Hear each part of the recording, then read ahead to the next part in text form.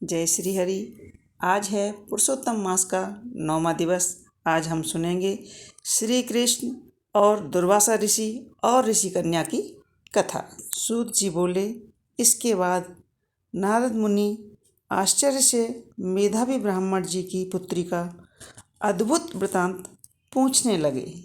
हे मुनि, वह मुनि पुत्री फिर उस तपोवन में क्या कर रही थी और किस मुनि ने उसके साथ विवाह किया? श्री नारायण बोले, वहाँ उस पुत्री को अपने पिता की रह रहकर याद आती और बार बार शोक करते हुए उसके कई वर्ष बीत गए। उस सूने आश्रम में उसकी दशा ऐसी हो गई थी जैसे अपने झुंड में से बिछड़ने पर हिरनी की हो जाती है। नेत्रों से आंसू बहते रहते थे, हृदय जलता रहता था और आहें भरती रहती थी, जैसे पिटारी में बंद सर्पिणी रहती है वैसे ही वह आश्रम में रहती थी और अपने दुख के पार की अवधि न देखती हुई चिंतातुर रहती थी। ऐसी कन्या के पास एक दिन भाग्य से प्रेरित उस वन में अपनी इच्छा से क्रोधी मुनि दुर्वासा जी आए, जिनको देखने मात्र से इंद्र भी थर थर काँपते हैं। ऐसे जटाजूट धारण किए हुए मानो साक्षात शिव ही हों। श्री कृष्ण बोले, हे युधिष्ठिर, उन्होंने बाल्यावस्था में तुम्हारी माता कुंती से सम्मानित होकर देवताओं को आकर्षण कर देने वाली विद्या उन्हीं ने दी थी और उन्होंने, हे राजन, मुझको भी सब देवताओं से पूजित रुक्मिणी सहित बैलों के स्थान पर रथ में जोता था। श्री नारायण बोले, हे नारद, दुर्वासा जी को रथ में बिठाकर वे दोनों जब रथ खींचने लगे तब राह चलते चलते बड़ी तेज प्यास में से रुक्मिणी के तालू और ओंठ सूखने लगे। तब जल पीने की इच्छा से रुक्मिणी ने मुझे इशारा किया। तब कंधे पर रथ का जुआ रखे ही चलते चलते मैंने अपने पैर के उग्र भाग से धरती को दबाकर भोगवती नदी को प्रकट किया, जिससे वह नदी ऊपर बहने लगी और उतने ही जल से, हे महाराज, मैंने रुक्मिणी की भारी प्यास को बुझाया। यह देखकर मुनि दुर्वासा जी को तत्क्षण महाक्रोध उत्पन्न हुआ और प्रलय काल की अग्नि के समान उठकर कुपित ऋषि को मुझे श्राप दिया कि अहो कृष्ण, तुम्हें रुक्मिणी अत्यंत प्रिय है। तुमने उसके प्रेम के कारण अपना महत्व दिखाते हुए मेरा निरादर किया है, उसे पानी पिलाया है, इसलिए तुम दोनों में परस्पर वियोग होगा। हे युधिष्ठिर, ऐसा उन्होंने श्राप दे दिया था। वही दुर्वासा ऋषि साक्षात रुद्र अंश से उत्पन्न मानो प्रलय काल के रुद्र के समान हो।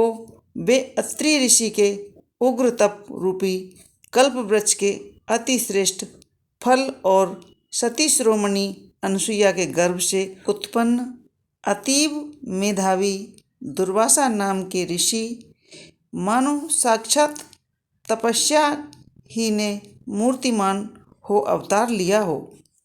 अनेकों तीर्थों के जल से भींगी जटाओं से भूषित ऐसे मुनि को आते हुए देखकर कुमारी ने शोक सागर से निकलकर खड़ी हो धैर्यपूर्वक मुनि के चरणों में प्रणाम किया। जैसे जानकी जी वाल्मीकि मुनि को अपने आश्रम में लाई थीं, वैसे ही वह भी दुर्वासा मुनि को अपने आश्रम में ले आई।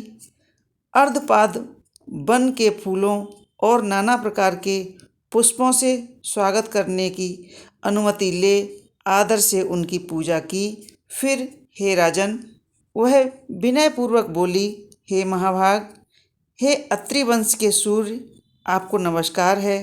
मुझ दुर्भागिनी के आश्रम में कैसे पधारे? आपके आगमन से मेरा भाग्य उदय हुआ है, अथवा मेरे पिता के पुण्य प्रभाव से प्रेरित हो मुझे समझाने आए हो?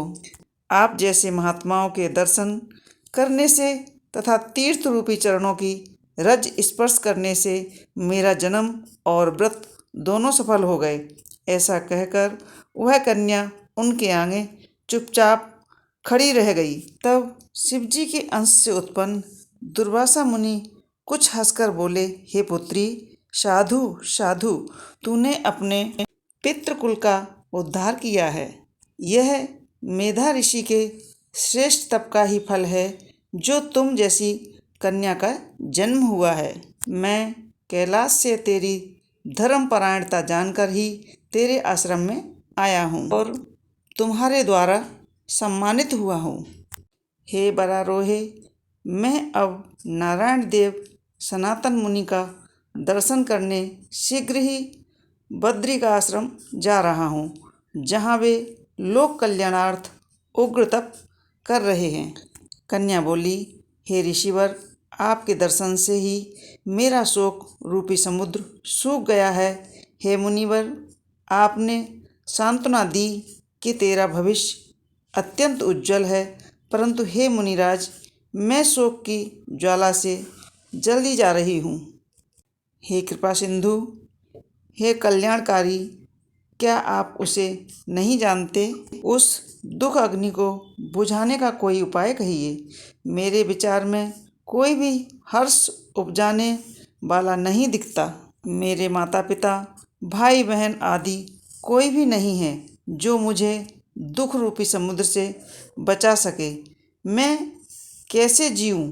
धीरज देखती हूँ, उधर भी मुझे सूना ही सूना दिखाई देता है।